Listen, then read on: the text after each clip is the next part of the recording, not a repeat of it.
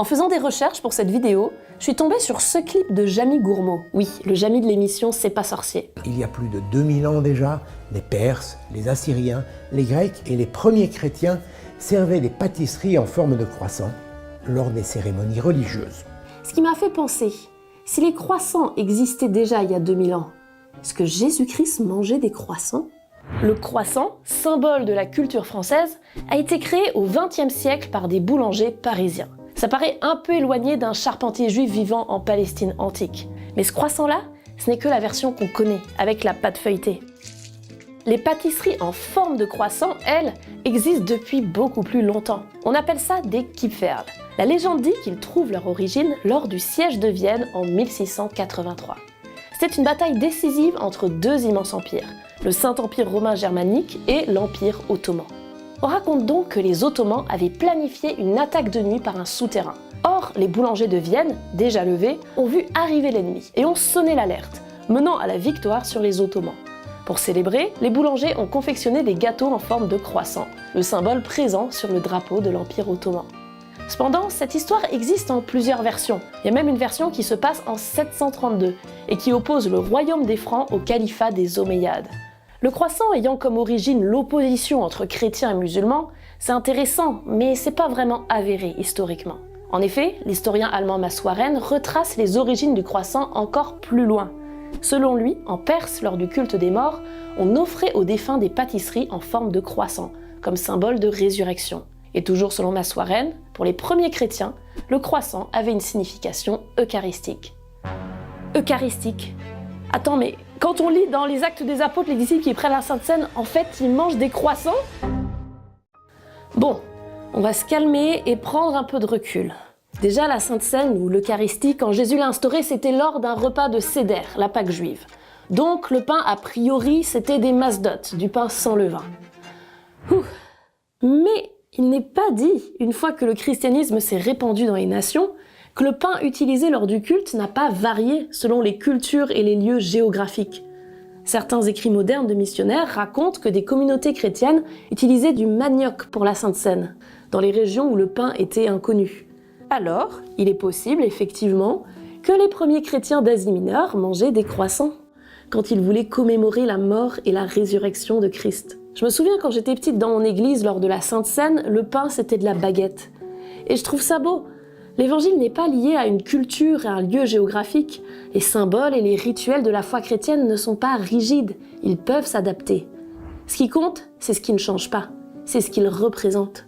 Le sacrifice de Jésus qui offre sa vie pour racheter l'humanité, qui accepte que son corps soit maltraité, brisé, livré en offrande pour nous sauver.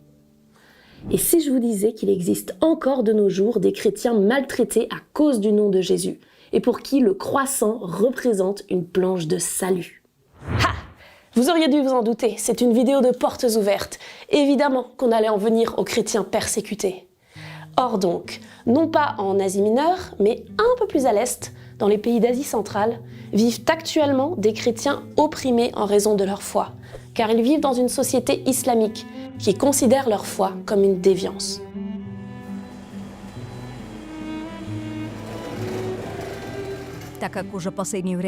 Depuis peu, presque toutes les entreprises sont basées sur les lois musulmanes. Les employés sont formés en conséquence et les prêts sont accordés selon les principes islamiques. Ainsi, lorsque des chrétiens qui affichent ouvertement leur foi postulent à un emploi, ils ne seront jamais embauchés, c'est certain.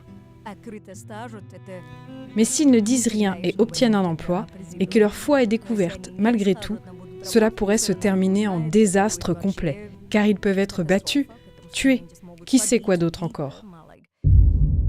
Portes Ouvertes est une ONG qui vient en aide aux chrétiens là où ils sont discriminés et persécutés en raison de leur foi. Et dans cette situation, avec nos partenaires terrain, nous avons réalisé que le meilleur moyen d'aider ces chrétiens était de leur offrir ce qui leur était refusé, un emploi. Cela passe par des formations professionnelles et des microcrédits, le tout financé intégralement par nos donateurs. Pour Shinara, ce soutien a permis l'ouverture d'une boulangerie. Et c'est sûr qu'être boulanger, c'est pas toujours facile, dédicace aux boulangers qui regardent cette vidéo. Mais Shinara s'accroche, par amour pour ses sœurs en Christ.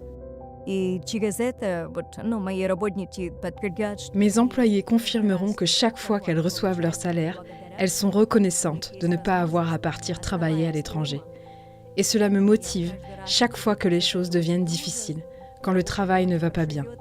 Presque tous les mois, je me dis « cette fois je ferme, je démissionne ». Mais ensuite, je me souviens que c'est 10 à 12 femmes qui se retrouveraient sans argent et devraient partir à l'étranger. Cela signifierait que leurs enfants seraient laissés pour compte, qu'elles ne seraient plus en sécurité, voire en danger de mort, qu'elles pourraient être victimes de harcèlement. C'est pourquoi je continue, même si ce n'était que pour verser un seul salaire. Et cette pensée m'aide à chaque fois.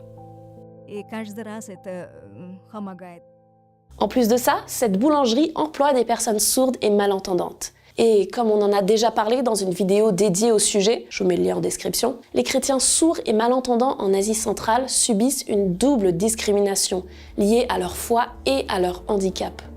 Dans notre pays, il y a très peu d'emplois pour les personnes malentendantes.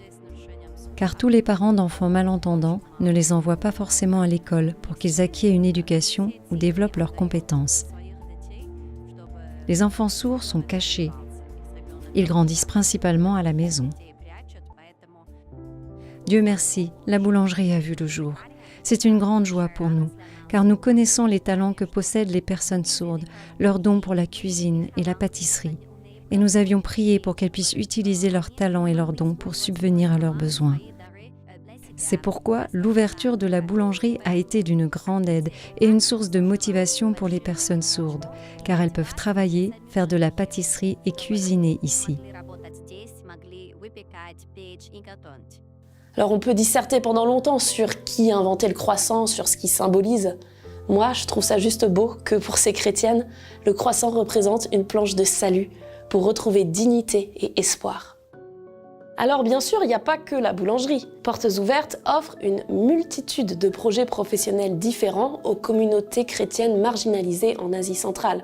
Il y a des formations en soudure, en technologie dentaire, comptabilité, diagnostic automobile, agriculture, fabrication de bijoux, production de miel, réparation de téléphone, couture, etc., etc. Les croissants, ce sont qu'une facette de cet élan pour soutenir non seulement l'église locale, mais aussi la communauté au sens large. En effet, en équipant les chrétiens de compétences techniques mais aussi de valeurs éthiques et d'une attitude de service, car on leur offre aussi des formations bibliques, ils deviennent des membres positifs et influents de la société. Leur intégrité, leur cœur à l'ouvrage, leur générosité démontrent l'amour de Christ de manière tangible, brisant les barrières et établissant des ponts avec la communauté au sens large. Et tout ça, c'est grâce aux dons de gens comme vous. Je voudrais dire aux personnes qui font des dons et qui prient que leurs sacrifices ne sont pas vains. Votre aide joue un rôle important. Elle est très bénéfique pour nous, les personnes handicapées, les personnes sourdes. Dans cette vidéo, on s'est interrogé sur la nature de la Sainte Seine.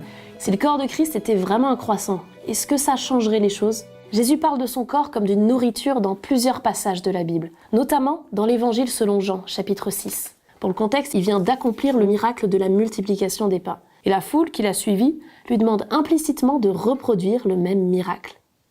Jésus leur répond « Le pain qui donne la vie, c'est moi.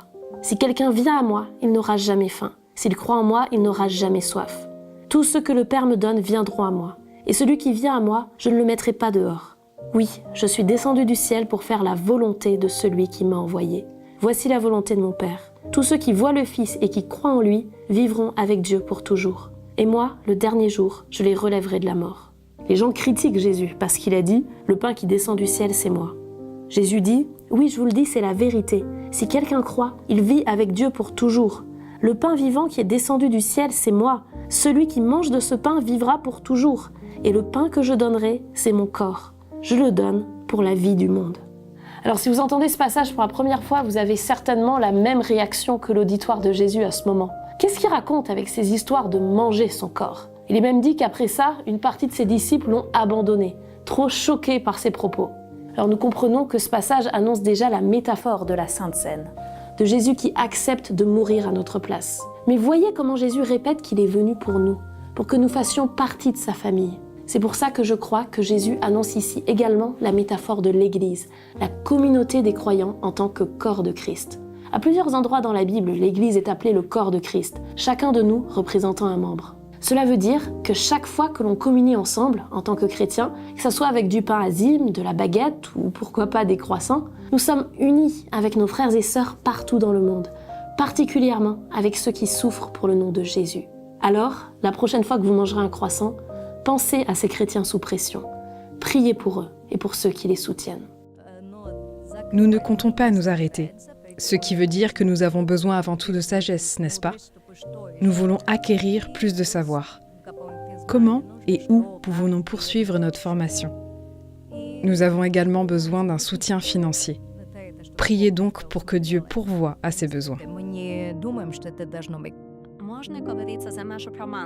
Priez pour notre équipe, car nous sommes une famille composée de nombreuses personnes qui ont dédié leur vie à servir Dieu. Il arrive que les chrétiens soient parfois submergés par la peur et le doute, entre savoir s'ils doivent évangéliser ou tenir ferme en Christ jusqu'à la fin. Et je peux dire avec honnêteté que oui, nous avons peur. Nous sommes tous préoccupés. Mais Dieu merci, il nous donne le courage. Je vous demande de prier pour nous, afin que nous restions courageux.